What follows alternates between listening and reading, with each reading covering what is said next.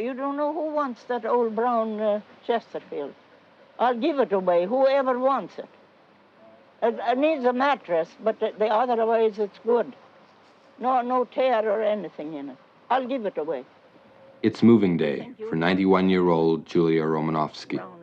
For 36 years, she's lived alone in this small house in Lumsden, Saskatchewan. Well, I'm going to turn it over and take it down there and... Take it over there? Yeah, I think I'll catch a little water for my hair and that.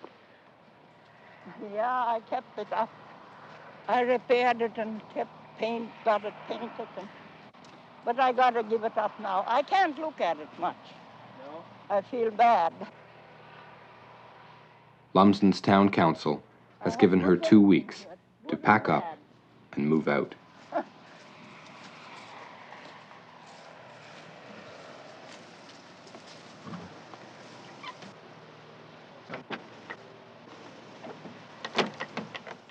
That stays with this couch. Oh, this stays with the couch. Mm-hmm. Yeah, I'll put it here then. That belongs to that I couch. guess that's it. Yeah, I guess so.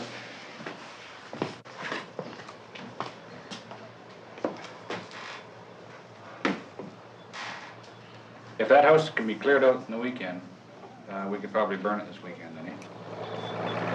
Earth movers took their first bite this morning in a loop of the river just west of the old Game Street Bridge here. There are 5 loops to be taken out of the river between the railway on the west of town and highway number 11 on the east. And the banks of the river will be built up so it can handle, they can handle between 30 and 40 feet of water, much more than the record levels that threatened Lumsden last spring, okay? Last spring, news reporters had no time for rehearsals. Their story was the biggest flood ever in southern Saskatchewan. Floodwaters are still rising across the prairies, and in many areas the worst is yet to come. Several centers have been evacuated, dikes have burst, highways are cut, rail lines have been washed out, and bridges have been swept away. One of the hardest hit areas is Moose Jaw in Saskatchewan.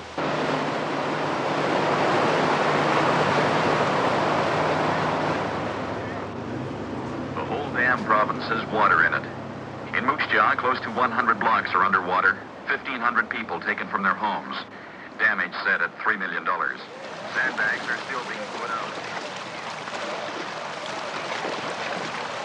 We've evacuated 1,600 people. There's about 500 homes that have had to be abandoned. Some of them, I think, will be total write-offs. We couldn't believe it. We knew it was coming, but not this much. It might happen another 200 years, and it might not ever happen again. This is just a freak flood.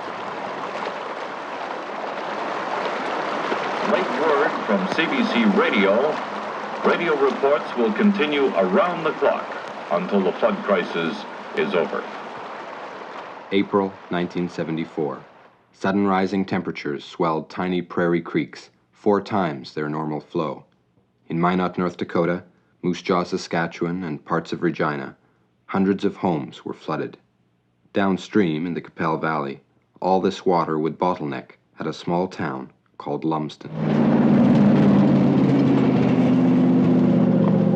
For years, Lumsden residents had heard of plans to build a new river channel to carry floodwater through town. But the channel would cost $750,000. So this year, like so many others, they would have to rely on the old dikes and reinforce them as best they could.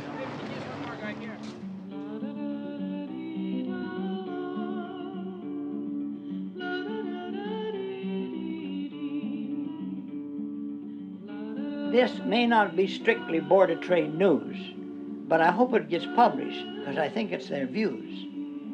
It's about the warm feeling that we have in small towns, for we're like a big family with its ups and its downs. If you've never had grief, you never will know the warmth that goes out to those who feel low. It's a kind of a heritage that's been handed down and one of the blessings of a very small town. Good afternoon. This is the closing grain price broadcast for Wednesday, October the 9th. Broadcast number 88. Street price changes. Wheat, advance, 3 cents. Rye, advance, 7 It's no and Saturday. 1/2 cents. Race seed, Schedule B. Advance.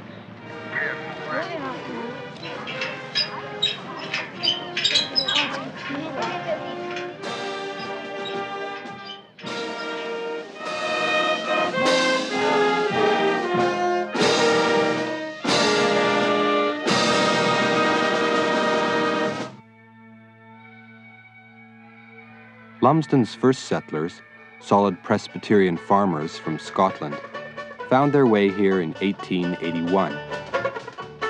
The town was named after Hugh Lumsden, who surveyed the route for the Regina-Prince Albert Railway.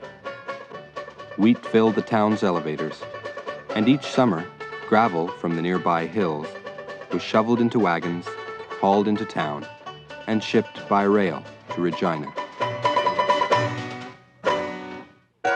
At Troughton's General Store, you could buy blackcurrant jam from Liverpool, axle grease from Cincinnati, and trade stories about the town's soccer team or the price of wheat.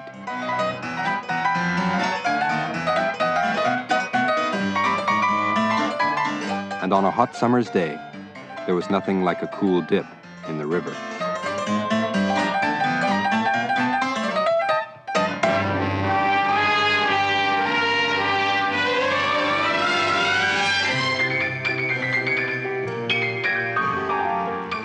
The spring of 1904. The peaceful Qu'Appelle River flooded its narrow banks and swept down the main street of town.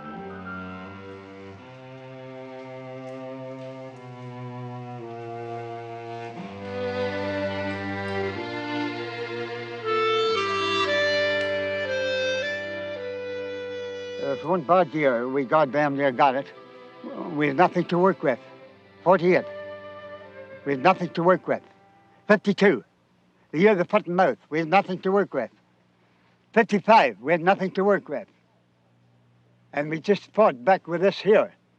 But now, you see, these people has these big machines. Well, that's rather a different thing.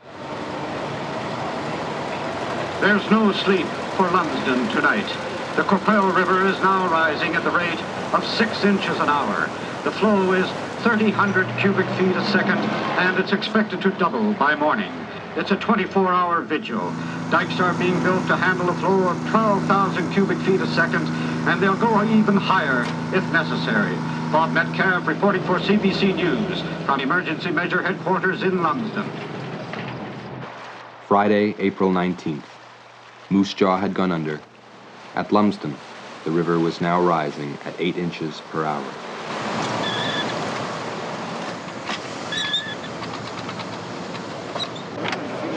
Three zero. Reading at 1-2. Hydrologists predicted a flow of 15,000 cubic feet per second, twice as much water as anyone in Lumsden had ever seen. They had less than 48 hours to be ready. The National, with George Finstad. Good evening. Rivers swollen by spring thaws and ice jams continue to flood over wide areas of the prairies. In the small town of Lumsden, floodwaters are expected to peak sometime tomorrow. In this spot, the Qu'Appelle River is usually 50 feet wide. Today, it's half a mile. And all this water is flowing towards Lumsden, a town of 850 people nestled in a valley. A town that tonight is valiantly fighting for its life. Nobody can give any guarantees of safety. And under those circumstances, I think it's imperative that the residents of those affected areas should evacuate, should remove themselves from a situation of danger, because if something should fail, we will have no warning, and it will create a situation of immediate grave danger. Well, as far as we're concerned, we're still building dikes. We have no guarantee that this is the end of the height nor the flow. There must be some headwaters or someplace that's pushing this stuff through pretty fast.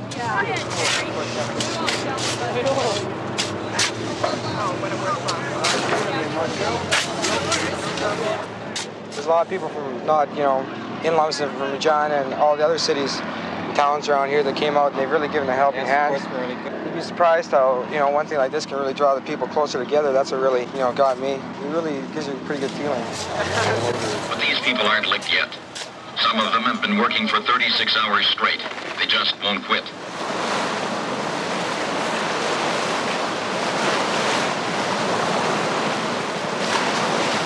Within the last 2 or 3 days, when we got the prediction of 11,000 or better, in 15 minutes we had 6 Euclids on their way to Lumsden. That's how quick it was to get things going.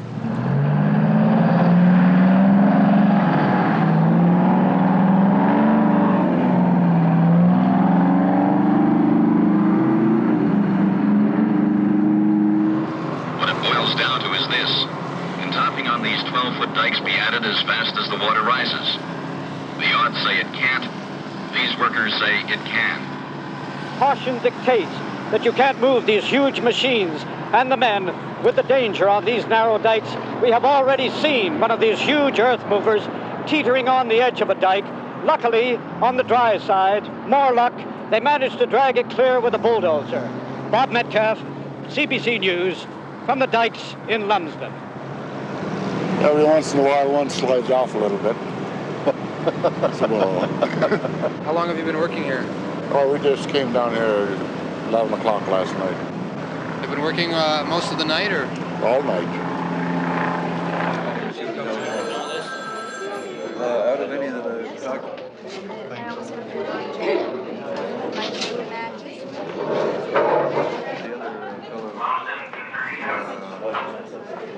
guy just took him up. For Lumsden, this all began a month ago with the first scrape of a bulldozer blade on the first section of dike. The next few hours will tell if it will be all for nothing. Nobody here believes it will be. And you have only to see these ramparts and the men and the machines who build them to share their confidence.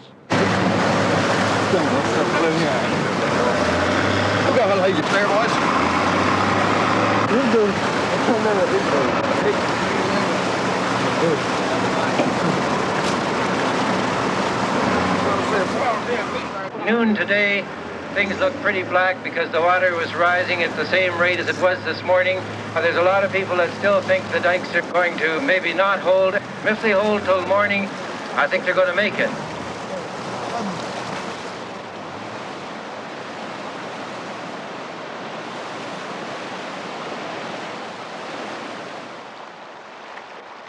We knew that to save the town, we would have to move a mountain. A mountain has been moved. Know that on this spot, the people of Lumsden, aided by hundreds of their comrades from other communities, did epic battle with the waters of the Qu'Appelle River, which rose to the housetops, but did not prevail during the great flood of 1974. Presented in admiration to the people of Lumsden from the people of Saskatchewan, April, May 1974. I've taken the liberty, sir, to sign it on your behalf and on mine. Good job.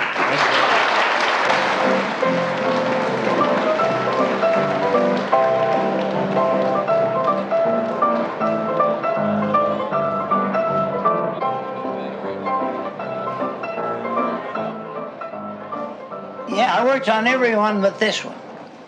And they looked up my birth certificate and they wouldn't let me through town. No, I worked on them all. What sort of jobs did you have? Oh, carrying sandbags and filling sandbags, and sometimes if they thought you were a little intelligent, they'd give you a job with a gang of men. And hard work? It was hard work, because a lot of it was at night, just with the lanterns, you see. We didn't have the electric lights like you fellas had. When there's a gang of men like that working, pretty near know each other, you know, and no big outfits or nothing, there's a lot of kidding goes on and a lot of fooling goes on. That takes a lot of the hard work out of it, so when you do that.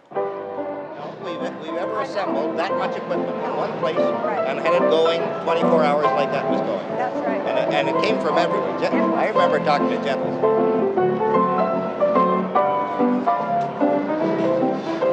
They're going to just cut a channel in here enough that as the water starts to spill over the banks, right, it will enter the channel at a fairly straight.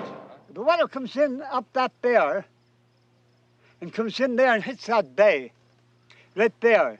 and then comes down here and runs into the bridge. During the flood, the winding Qu'Appelle River was squeezed through town between 30-foot dikes. The bottleneck was most critical at the James Street Bridge. A new channel would straighten out the bends in the river, speeding the water through town. That water has to be pushed through 18 running steps of water at that bloody bottleneck. There's the trouble right there. We'll go on to item number 5 here. There are several things under it. This is the channel project report. After spending $7 million last spring shoring up the old dikes, the provincial government is finally putting up another $750,000 to build Lumsden a new channel and bridge. 1/10 of the project is paid for by the municipality, and 4 houses must be moved by the town council. Yes, I'd like to bring council up to date with the River Channel project. The houses are now being moved out by the building mover. He's hopeful to have most of the houses moved before the end of this week, and perhaps the final house by the 1st of next week.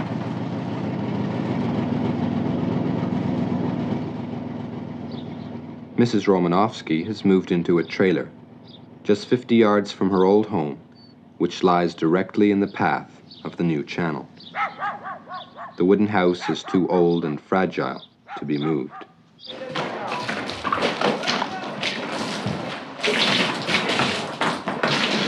Shut the doors, Phil. Don't create too big a draft. What? Shut the doors while you're in there.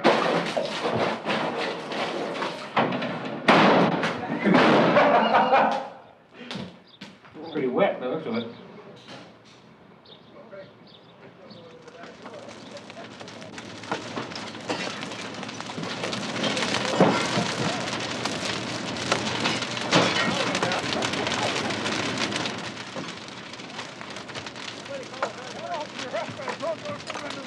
Despite the expense, the new channel will only protect the town of Lumsden. Downstream, the market gardens will still be flooded.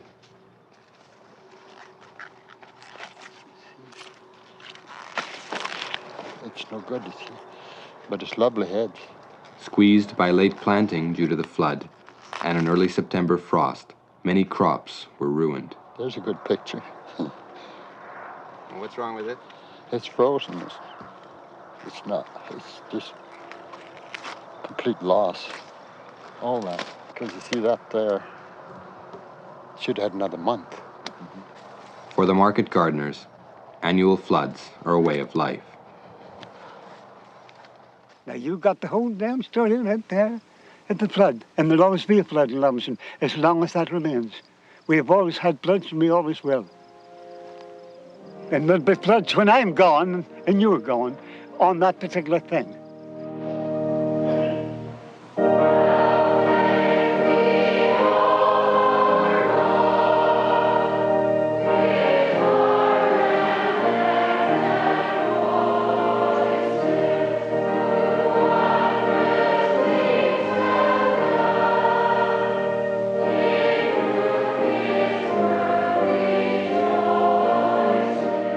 Lumsden is the only people in the North American continent today that could have fought this flood.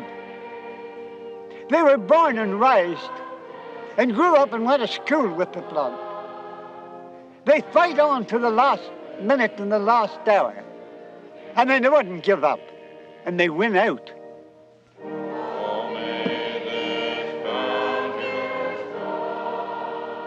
Thanksgiving morning, the first snowfall.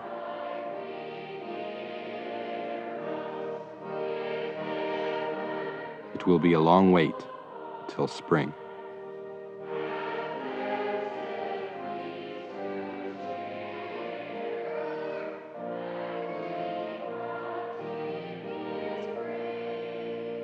You see, it used to be in the blizzards. The old folks would say that the blizzards were worse in the old days than they are now. Now we could say that the 1903 flood didn't hold a candle to the 74.